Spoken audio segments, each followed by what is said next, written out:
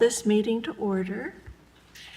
Okay, it is December 18th, 2024. Thank you all for coming.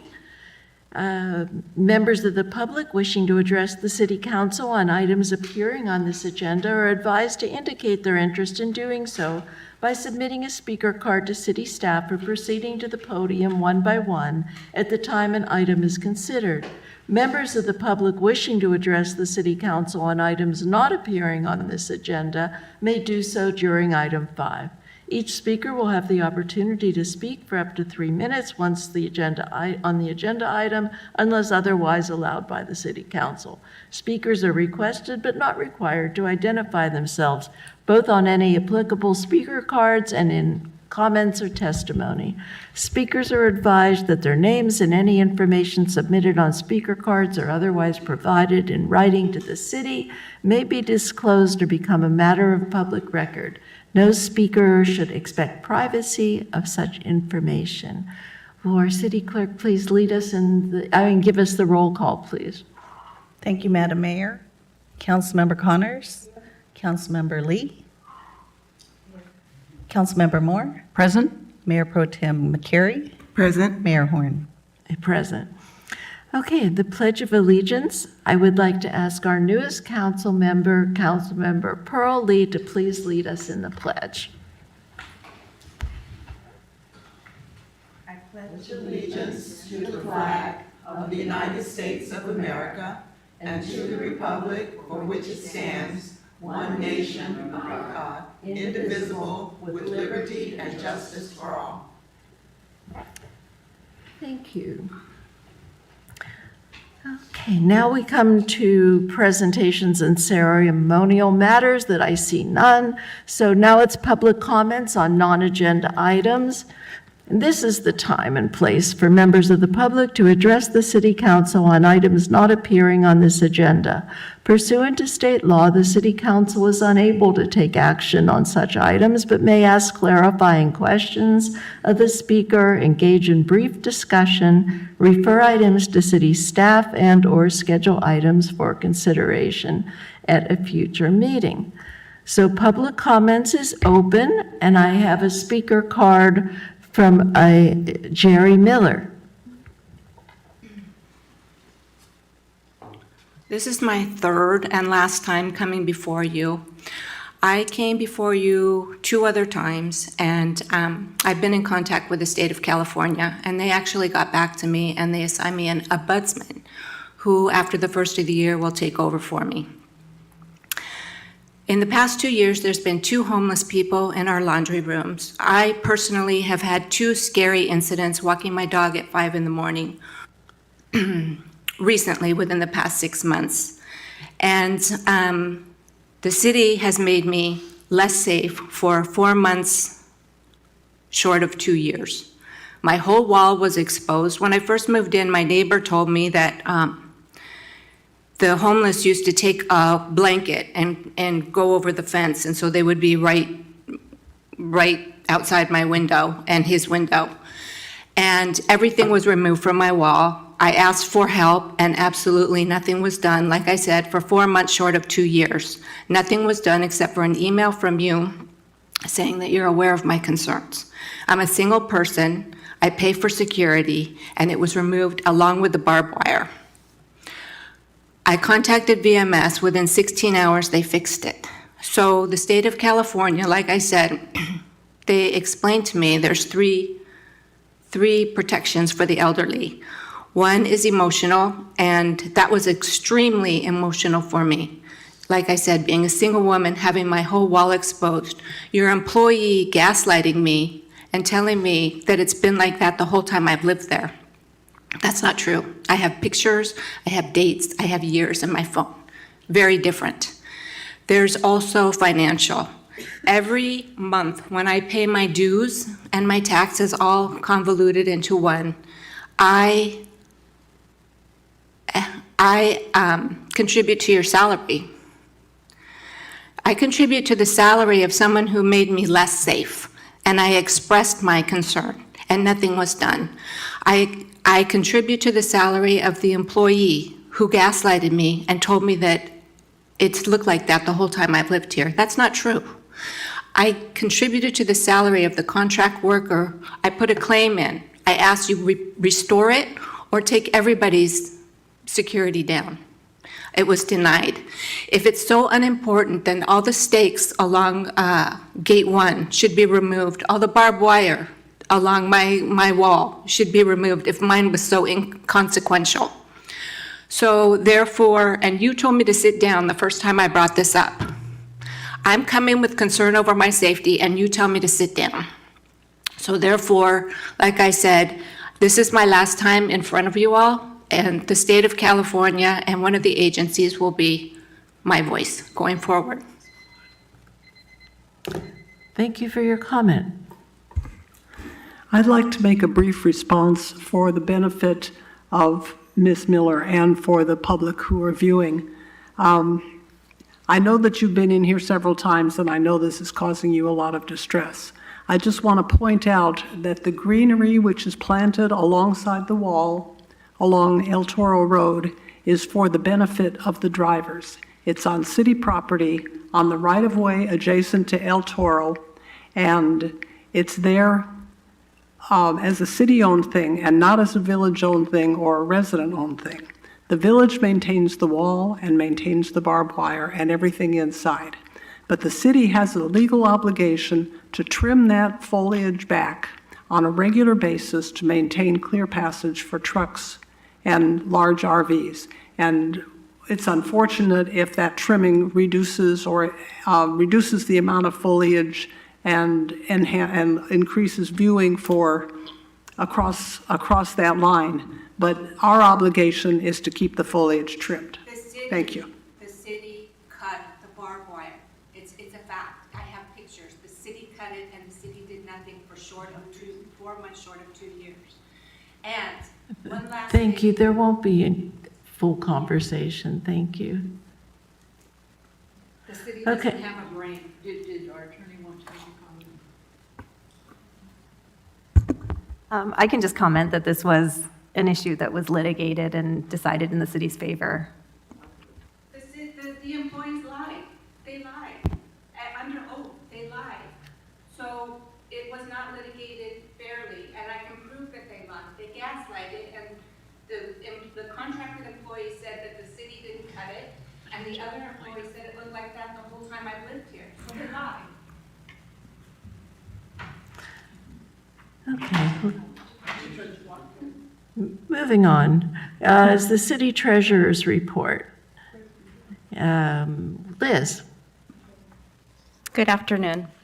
I'll be presenting the city treasurer's report as of November 30th, 2024.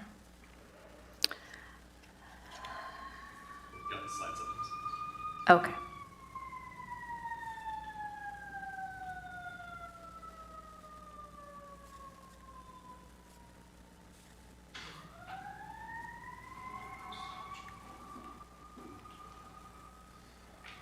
Okay.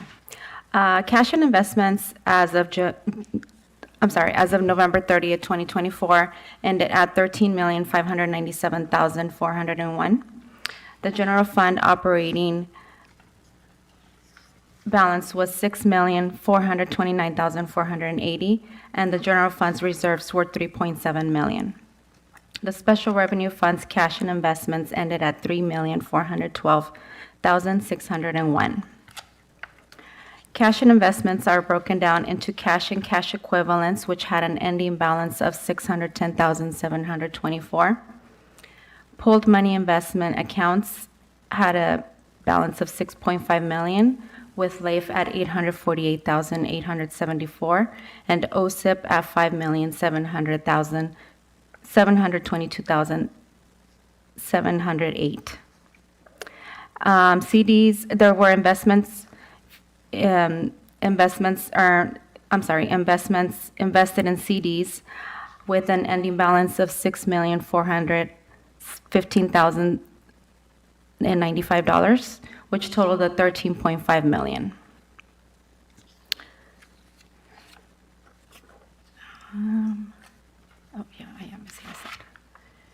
During the month of November, there was a transfer of $425,000 from the OSIP account to the checking account, and this was made for cash flow purposes. The city also has trust funds and other post-employment benefits trust account, which had an ending balance of $147,174 with a net gain of $3,020.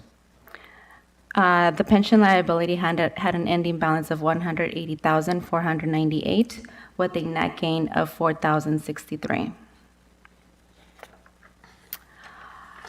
It is staff's recommendation for City Council to receive and file the City Treasurer's report for the month of November 2024. Thank you so much for your report and for all your hard work and guidance on this. Thank you. Thank you. So, I'll move the recommended action. thank you. All in favor? Aye. It's unanimous. Thank you. So we come to the consent calendar. All items listed on the consent calendar are considered routine and will be enacted by one vote. There will be no separate discussion of these items unless a member of the City Council or city staff requests that specific items be removed from the consent calendar for separate discussion and consideration of action. Members of the public may address the City Council on items appearing on the consent calendar, regardless of whether an item is removed for separate discussion and consideration of action. Would anyone like to remove anything from the consent calendar?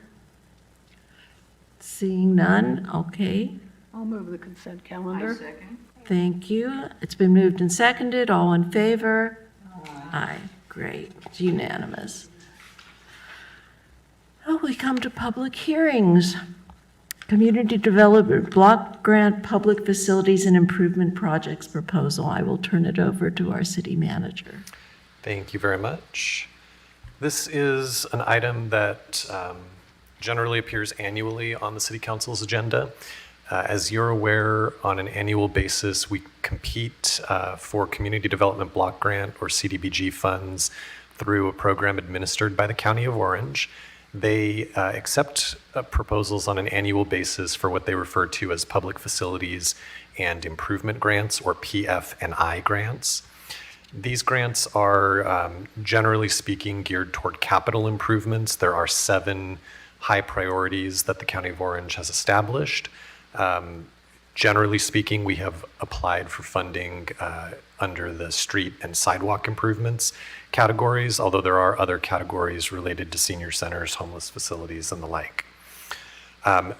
We have a little bit more information in the agenda packet, but these proposals do have to be submitted for public facilities, so we're not able to use CDBG funds for capital improvements, for instance, inside Laguna Woods Village. They need to be on public property. We have a very good track record with this program. So back in fiscal year 2017-18, we started this, what was meant to be kind of an open-ended Americans with Disabilities Act pedestrian accessibility improvement project. The first phase of that was in 17-18. We have constructed phases every year thereafter. To date, we have been awarded just under $1.6 million for this project. Over time, we've used it for things like sidewalk improvements, evening out surfaces. We've used it to bring curb ramps into compliance with the Americans with Disabilities Act. And then we've also, as of late, been using it more so for driveway crossings, which we'll talk about in a moment. This year, we are recommending the next phase of this project, which would be the 9th phase. One of the really positive notes for this round of funding is that in years past, the grant applications have been limited to $150,000 if a city did not wish to match that with its own funds. So every year leading up to now, we've requested $150,000 or below in order to avoid matching that with city monies. In the 25-26 grant cycle, the County of Orange has increased that limit from $150,000 to $250,000. And then they've also added the ability for cities to apply for both a primary project and then a wait list or expanded scope of that project, which brings that maximum amount of money that can be applied for without a match to $500,000. The county's thinking is that if they end up with excess money, or if they're required to redistribute monies due to some cities not fully expending or meeting deadlines for their funds, they may be able to fund those waitlist expanded scope projects. So the ninth phase project that we have before you today, the primary component of that project is reconstructing 2 driveways, one on Santa Maria and one on El Toro. I'll show you photos of those in a moment. That would be for the first $250,000 of our request. The second $250,000, we're recommending that we begin to install accessible pedestrian signals, and that we do so at 6 intersections to start with. That would be another $250,000. Yes. I was thinking about, where you're. Sorry. I thought that would have been Laguna Hills. Yeah, so this driveway is the first of the 2 driveways that we're proposing to improve. This driveway and the sidewalk itself is in the city of Laguna Woods. Now, behind the driveway apron, so behind the concrete, that's where you get into the city of Laguna Hills. The right-of-way itself is within the city of Laguna Woods. So we will potentially have to get a temporary construction easement from the property owner in the city of Laguna Hills to do this, but that sidewalk and the concrete driveway crossing, that's within Laguna Woods. Yeah. So this driveway would be the first that we would reconstruct, and then the second is this driveway on El Toro by the Lutheran Church. There are 2 driveway crossings that lead into that parking lot and also provide continuous sidewalk. We have improved the larger of the 2 driveway crossings already. That's the one at the signalized intersection just to the left of this image. This driveway still has improvements to be made to it. Those would be the 2 driveway crossings in the primary phase, and then in that waitlist expanded scope phase, we are recommending beginning to install accessible pedestrian signals. These provide both audible and vibrotactile indications for people with hearing loss or vision loss. We have identified 6 intersections to begin with. The idea would be to eventually roll accessible pedestrian signals out to all of our city-owned or city-controlled intersections, but these 6 we believe would get us to roughly the $250,000 level that that waitlist project is capped at. These intersections are, it looks like we have a mix of them. So there's 3 on El Toro Road, 2 on Moulton Parkway, and then 1 that's on Moulton but shares it with Santa Maria. We don't currently have these at our intersections right now. We have the simple traditional push button to cross. One of the comments when the County of Orange was here, actually in this room last month or in the recent past, soliciting input on priorities for community development block grant funding. We did have some commentary at that meeting expressing a desire for these pedestrian signals, in particular for people with hearing and vision loss. It makes it easier for them to navigate the public sidewalk system. Our recommendation today, so as a part of our grant application, we're required to conduct a public hearing. Now, this grant application has already been submitted to the county. The county, most years, times it in a way that we don't have sufficient time to do the public hearing and notice it prior to the application being submitted. So we submit something saying we have the public hearing scheduled for a meeting in December. So I'm recommending today that you open that public hearing, receive any public testimony. Once you close it, there's 2 additional parts to the recommendation that are included in the agenda packet. The first generally has to do with ratifying my submittal of that proposal to the county under the request for funding for the 2005-2006 Public Facilities and Improvement Grant Program. We have some information in that recommendation that talks about the first 250 being for the 2 driveway crossings and the second 250 being for the installation of accessible pedestrian signals at the 6 intersections. And then the second part of the recommendation is to adopt a resolution, and I'll read the resolution title, a resolution of the City Council of the City of Laguna Woods, California, ratifying the submittal of a proposal to the County of Orange for Community Development Block Grant CDBG funds, prospectively accepting the award of such CDBG funds, making related authorizations related to the fiscal year 25-26 Public Facilities and Improvement Grant Program, County of Orange RFA number 012-250100431-NC, and determining and certifying that the submittal of a proposal and acceptance of the award of funds is exempt from the California Environmental Quality Act. I am okay if you want to take those two recommendations as one vote following the public hearing, but for now, I would turn it back over to the mayor for the public hearing, and then maybe after the public hearing, if there's any questions, we can get into that as well. Public hearing is now open. If anyone would have a comment, like to make a comment on this? Seeing none, I'll close public hearing. Any council members have anything to say? Yes, Councilmember Connors. I just wanted to, can you go back to the list of intersections where we're going to do this? That all of these intersections are without housing right up to the edge of the corner. And that's useful because when you push these buttons, you've probably been in other cities where they have it and they say, wait, wait. And then it says, crosswalk is on for El Toro. And if people are living too near the corner, it could be irritating for them. So I think it's a good idea that we start with these on the parts where we don't have a lot of houses in the vicinity.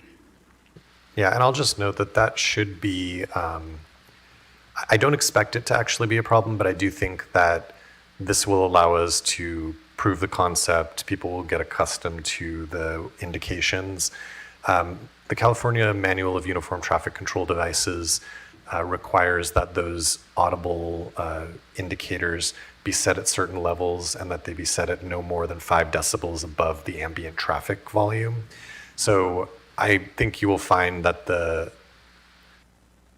tone itself will not actually be disruptive, but I agree in concept that these are the right 6 intersections to move forward with to get used to the idea, get familiar with the technology, and then we can look at rolling it out to other intersections if that makes sense in the future.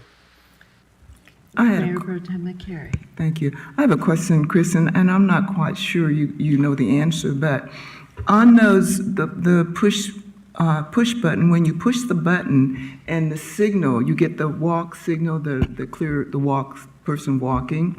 And I've noticed that about midway through, on the one on El Toro and Cali Sonora, about midway in the middle of the street, it changes from the clear walking to the don't walk. So is there a way to connect that so that people walking across the street aren't rushed to get across the street because the number of seconds have run out, or the light man turns red, or? Yeah, so it's an integrated system. So when they activate the signal, they'll get the indicators that apply to what's happening in the crosswalk.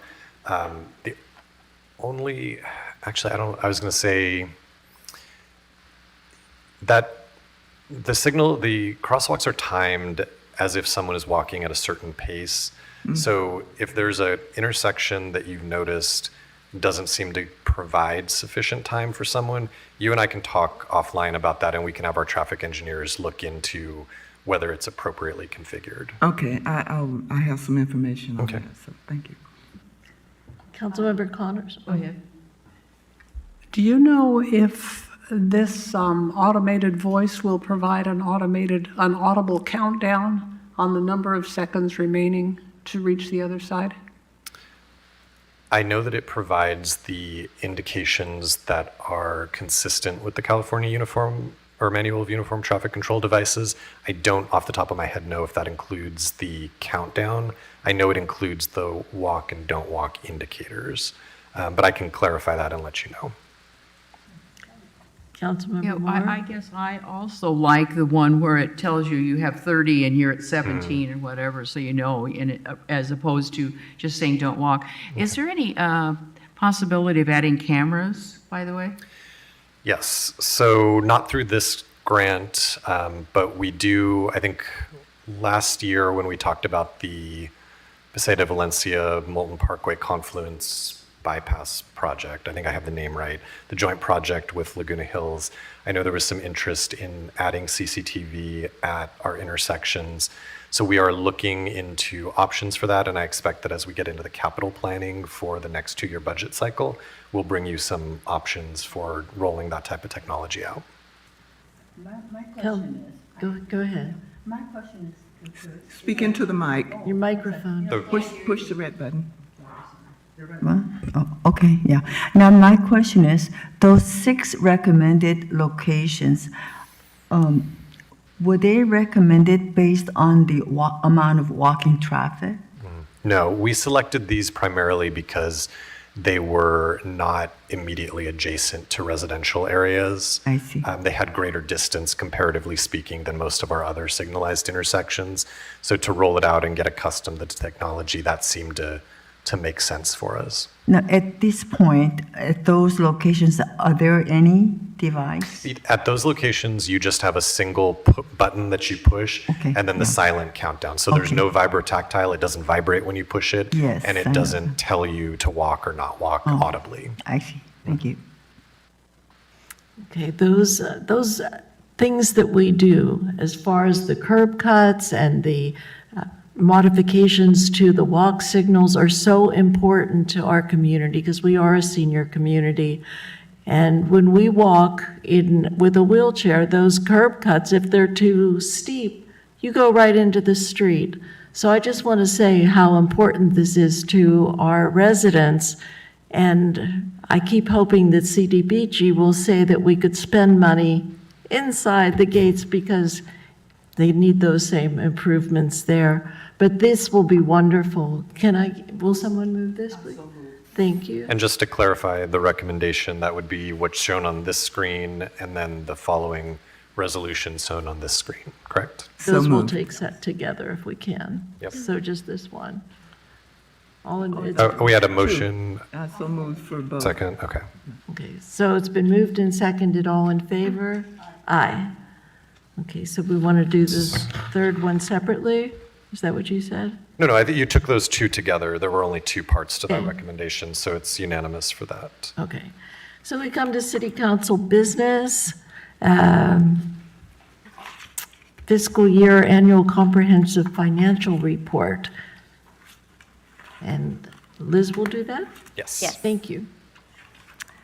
Yes, so I'll be presenting the annual comprehensive financial report for the year ended June 30, 2024.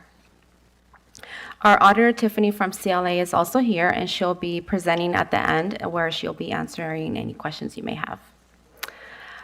This is the 10th year preparing our annual comprehensive financial report, also known as the ACFR. The year end closed on June 30th. Due to the modified accrual basis of accounting used, we have until the end of August to record any transactions. We finished our ACFR in a timely manner. Cities normally have up to 9 months, which is at the end of March 31st, to complete their financial report. However, with staff's hard work and effort, our audit was performed in September, and our financial report was issued in November 20th. During the audit year, the ad hoc audit committee, which included Councilmember Moore and Councilmember McCary, met with the auditors twice a year. And during this time, they were able to answer or ask any questions, and they were giving any information of the audit at the end of like our interim audit and at the end of our year-end audit. The city maintains 15 individual governmental funds. And for the fiscal year ending June 30, 2024, we had 4 major funds, which consisted of the general fund, the fuel tax fund, the Measure M2 fund, and the federal grants fund. These funds are presented at in the financial section of the ACFR. Next, I'm going to highlight in some financial highlights for the fund balance. The governmental funds reported a combined ending fund balance of $13,936,279. This was an increase of $1 million or 8.1% higher than the prior fiscal year. The general fund had an ending fund balance which reported of $11,563,131. This year, revenues exceeded expenditures by $658,949. And this $658,000 includes capital projects fund of amount of $449,971. And I would like to point out that that amount is an increase in fund balance of the capital projects fund, which will cover any expenditures for ongoing projects from fiscal year 23-24 to fiscal year 24-25. The general fund unassigned fund balance had an ending balance of $7.6 million, and there were $3.6 million in reserves in the general fund. This meets 50% of the general fund reserve requirement per the city's administrative policy. Liabilities, I'm happy to report that the city has no debt obligations. However, we do have compensated absences, which had an ending balance of $136,394, net pension liability of $215,628, and other post-employment benefits of $7,450. The city has trust accounts, as mentioned during my city treasurer's report. The city has trust accounts which cover the net pension liability and the OPEB liability to fund for future liabilities in these two, to fund for future liabilities for these two balances that we have. And that concludes my presentation. At this moment, I would like to introduce Tiffany from CLA, who will give us her report on the ACFR. Welcome. Sorry, let me get this. All right. Good afternoon, Mayor, members of the council. The scope of our services for year ended June 30th, 2024 was to audit the city's annual financial statements in accordance with auditing standards generally accepted in the United States, as well as government auditing standards. We were also engaged to perform agreed upon procedures on the calculation of the city's GAN appropriation limit and to perform an examination on the city's ARPA grant funds. So there were no findings on the agreed upon procedures or the examination of the city's ARPA funds. So now I will go over the results related to the audit of the annual financial statements. So we've issued an unmodified opinion, which is the highest level of opinion. And an unmodified opinion means that we believe the financial statements present fairly in all material respects the financial position and changes in financial position of the city as of June 30th, 2024. So we believe the audit evidence that we've obtained is sufficient and appropriate to provide a basis for our audit opinion. There were no new accounting policies adopted this year, and the application of existing policies did not change. The auditor's report states that management is responsible for the preparation and fair presentation of the financial statements, and our responsibility as auditors is to obtain reasonable assurance about whether the financial statements as a whole are free from material misstatements. So in accordance with government auditing standards, we've also issued a report on our consideration of the city's internal controls over financial reporting and on compliance and other matters. So the purpose of this report is to describe the scope of our testing as a basis for designing our audit procedures. It's not to provide an opinion on the effectiveness of the city's internal controls. Through our testing this year, we did not have any findings on internal controls over financial reporting or any non-compliance to report. Next slide, please. So we've also issued a letter to council at the conclusion of the audit. This letter states that management is responsible for the selection and use of appropriate accounting principles, which are described in Note 1 to the financial statements. Accounting estimates are an integral part of the financial statements, and they are determined by management.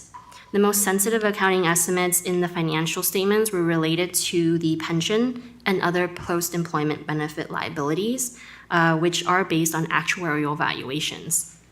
So we evaluated the key factors and assumptions that were used in developing these estimates and determined that they were reasonable in relation to the financial statements as a whole.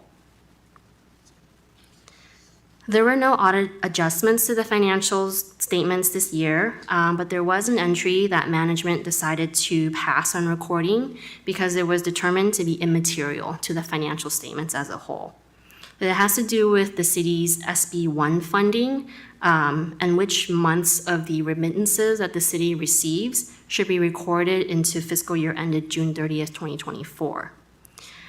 So this has to do with the August 2023 remittance, which was recorded to the year ended June 30th, 2024, but should have been recorded to last fiscal year. The amount was only about $34,000, and the effect of not making this correction means that revenue this year was higher by $34,000 versus that $34,000 being included as a part of the beginning fund balance. So we did not encounter any significant difficulties during our audit, and we did not have any disagreements with management. And to our knowledge, management did not consult with other accountants regarding auditing and accounting matters. So that concludes my presentation, and I'd be happy to answer any questions. Thank you. Do we have any questions? I don't have a question, but I do have a comment in my meetings, the 2 meetings that we have with the auditors, and I'm really, really impressed with the way the presentation went. I reflect back on when we interviewed for the auditor position. We asked specific questions, and it looks like there was a deliberate attempt to make sure that those specific questions were addressed in your summary of reporting. So thank you for a very thorough summary and for a very thorough report. Thank you. Yes, Councilmember Connors. My comment is perhaps more directed to staff, but I appreciate the audit.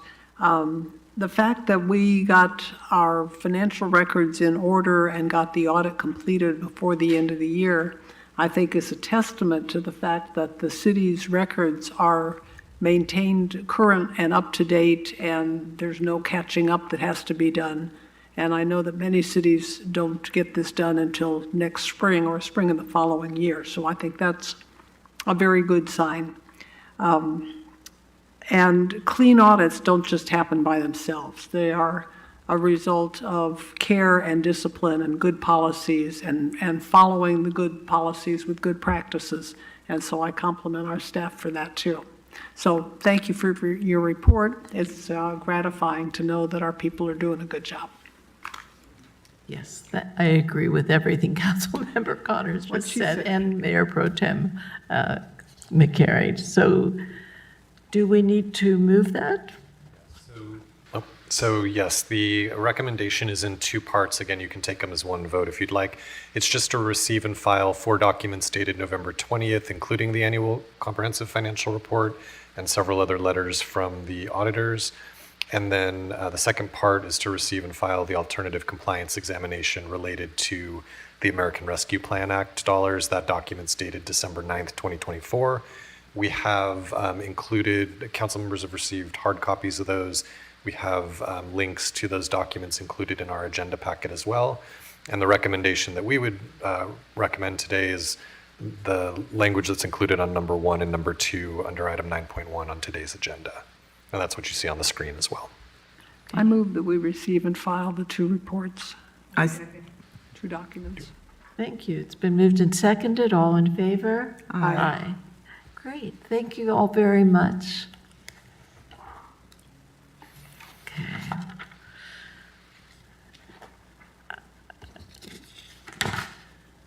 So we come to the Item 9.2. 9.2, yeah. California Employers Pension Pension Fund. Pre-Funding Trust Fund. We discussed this item most recently in January of 2024. This has to do with a pre-funding trust that the city established in 2021, geared towards pre-funding retirement obligations that the city has relative to its membership in the California Public Employees Retirement System, or CalPERS. As the City Council is aware, we have made fairly routine elective lump sum payments since May of 2017. Those now total just under 1.2 million to pay off the, at those points that the payments were made, the entirety of the city's then unfunded liability.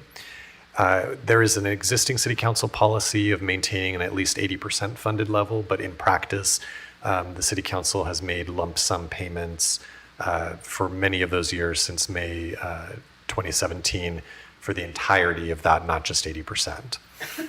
In January of this year, the City Council approved an initial contribution to the pre-funding trust of $163,555. That trust we refer to as the CEPT Trust, or CEPPT, California Employers Pension Pre-Funding Trust. In the first roughly 10 months of that contribution having been made, the city has increased the balance of that trust by about $17,000. We have earned just over 10% in interest, increasing that initial contribution from roughly $164,000 to just under $180,500. So from staff's perspective, it's performed very well. As we discussed in January, there are two investment portfolios available to the city, Strategy 1 and Strategy 2. You can use both, you can use just one. That initial contribution was invested in Strategy 1, which is the more aggressive of the two funding portfolios. At this point, with the audit for the most recently completed fiscal year being complete and having been presented to you, we're recommending that the City Council authorize a second contribution to the CEPT Trust of $104,490. That is 50% of last fiscal year's general fund revenue over expenditures, excluding the capital projects fund. That contribution, if you authorize it today, would be made from the unassigned general fund balance, in which you have roughly 6.6 million. That proposed contribution would get us closer, although certainly not where we want to be with this trust fund. The idea is that over the years, we will build up the principal in the trust fund until it reaches a point that the interest generated from the principal invested is sufficient to pull from the trust fund to make those lump sum payments, so that you no longer have to make lump sum payments using general fund dollars. You can use the interest earnings on the trust fund in their place. We're years out from that. Still. So one of the things that we're planning to do is, as we get into the next budget process after the first of the year, we're planning to recommend some standing policies related to these CEPT contributions that chart a course between where we are now and the amount of money we think we need in there until it will kick off that amount of interest. So that would be a discussion for the future, but for right now, we're recommending this $104,000. We think it makes sense on a go-forward basis to tie the results of the audit for the most recently completed fiscal year to the amount of the payment being made. So that's how we get to the 50% of general fund revenue over expenditures for this most recent year. We're again recommending that you invest that $104,000 or so in Strategy 1, which is the more aggressive of the two options available to you, because we're in a financial position to do so, and because the first 10 months have performed well. That does have a higher expected rate of return, but it also has increased return volatility compared to Strategy 2, which is the more conservative of them. In Strategy 1, and we have some information in your agenda packet, but in Strategy 1, your investment is actually spread over 4 public asset classes. So it's invested partially in global equity, in fixed income, in treasury inflation protected securities, and in real estate investment trusts, with just a small amount remaining in a cash asset class. Looks like it's 3-month treasury bills currently. One note that I just want to remind you of is that any money that the city contributes to the CEPT Trust Fund, once you put it in there, it can only be taken out for pension contribution costs. So you can't put the money in there, get in our case, the 10% interest over the first 10 months, pull it out and use it to repair a road or do some, pay law enforcement costs. And like I said, we talked about it a moment ago, but we do recommend bringing you more robust policy around these contributions on a go-forward basis as part of the ramping up to next year's budget process. So very likely we would anticipate bringing that policy to you probably in February or thereabouts, before we get into the meat of the 25-27 budget process. Our recommendation today, again in two parts, but you can take it as one if you would like to consider it that way.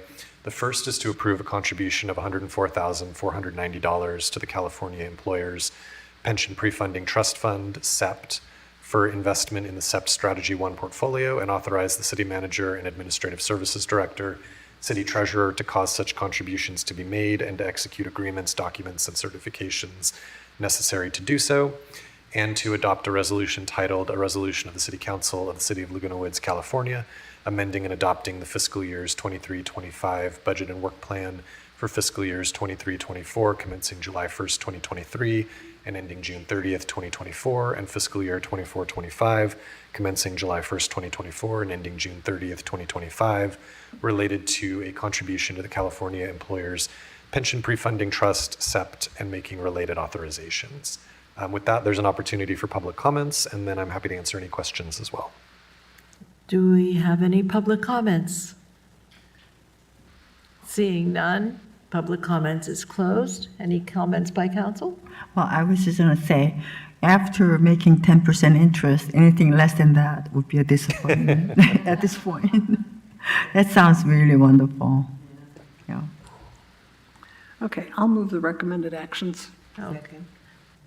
Great. I am just very grateful that we have taken these policy recommendations to heart and that we are in the position that we're in. And I'm glad that we are pursuing this course of conduct. All in favor? Aye. Great. It's unanimous. Thank you. City Council reports and comments. Has anyone attended a meeting yet? Yes. Oh, okay, great. Councilmember Connors. Okay, I have a report on the toll roads. First, I just wanted to mention, this is chronologically second, but it's a separate item. The toll roads has a bunch of unused land where its toll plazas used to be. These are like a half a mile long and 300 yards wide, where they used to have everybody driving through all these different toll lanes. And we just sent out a request for proposal for things we might do with that land and what people might want to use the land for. Already, the Orange County Sheriff is using it a couple of days a month, the one at Windy Ridge on the top of the 241, for a motorcycle training operation. There's been discussion of using it for EV charging stations or a truck rest area, which wouldn't be a rest stop, but just a place where they could pull over to rest, or a staging area for autonomous vehicles operated by any of the rideshare companies, that they could just stage themselves there, and then when they get a call, just drive themselves off. So we'll see what comes in from that and how creative people are. I agree. Who suggested that? The autonomous. Oh, no, but it's been knocked around for a while. Okay, but was it, what, did a group actually? No, I don't think so, but they might now. Okay, that was just it was discussed, but no Yeah. group came forward. Thank you. Right, because we've put out this request for people to give us their Right. ideas, so we may hear about it. Okay. The second thing is that we just completed an assessment of our all-electronic tolling. Back in 2012, the board approved the elimination of toll booths and having everybody toll with transponders or license plates. And one of the benefits is that allows you to increase your tolls along with cost of living by 3 cents or 17 cents, which you can't do if people are paying with quarters. And it speeds up the traffic because people don't have to stop to go through toll lanes. We contracted in 2013 with a company known as Transcore, which is a leader in that area. And in 2015, they installed the tolling, the hardware and electronics to do this. So now 10 years later, we're looking to see how it's doing and what's available in the industry for updates. It includes the transponder technology and the image capture for license plates, which is the secondary way of gathering information. And then there's independent video counting, which is an internal control. If we have 180,000 toll transactions in a 24-hour period, then the video counting should also reflect that 183,000 vehicles went through, and so they looked at that. Timekeeping to make sure that toll transactions are posted at an accurate time when someone goes through the station, and that's particularly important for congestion rate pricing when at sometimes the tolls are higher than they are at other times. There's a thing called automatic vehicle classification and detection to determine whether it's a motorcycle or a car or a semi-trailer or a box truck, because they all have different rates. And then there's a system that actually scans the rest of the system to determine whether something is not performing properly. So they looked at all those things and found they're all doing well, but they're all aging. So we decided to authorize 3 one-year extensions for this company to continue to operate, maintain, and observe this equipment. And meanwhile, we will look at what else is coming along in the market. There are things such as GPS tolling. There is things having to do with connected vehicles. So if all of our vehicles are keeping track of all the other vehicles, they just all move along in a train. And you don't need any more lanes, but you can move a lot more traffic. And things like putting in charging ability under the asphalt so that as your car passes over it, it automatically gets charged, just as if you lay your phone on a charger. Anyway, none of those are available now, so there's no sense in us going out and buying a new system with more bells and whistles, because the bells and whistles aren't ready. So we're assuming that our stuff will keep on running with good maintenance for another 3 years, and maybe in 3 years there will be some kind of a turnkey system available that we can just use to replace what we have. And that's what we did with that. Thank you. I just got my RFID sticker. And has anyone thought if any of those places could benefit from a wildlife crossing? Oh, we have many wildlife crossings. If you drive up the 241, you will notice there's a wildlife fence that's pretty high along each side. It's about 12 feet high because a mountain lion can clear 10 feet from a standing jump. And they have, since that fence, the place was built with wildlife crossings under all the ravines, and they started them off by putting water sources down there. So the animals would be encouraged to go there and use those and develop those paths. And since the fence has been up, there have been 0 interactions between mountain lions, cougars, deer, and coyotes. That's great, because it's been such a fatal year for so many of these animals, Yeah. and I'm glad they're doing that. Thank you. Are there any other reports or comments from anybody? Not yet. We just had a meeting, so I'm not surprised. Okay, so do we have a closed session? No, seeing no closed session, then we are ready for our adjournment to our next scheduled meeting on January 15th at 2 o'clock. Thank you all today. Meeting adjourned. And happy holidays to everybody. And happy holidays, of course. Christmas and Hanukkah and Kwanzaa and any others that I've forgotten to mention.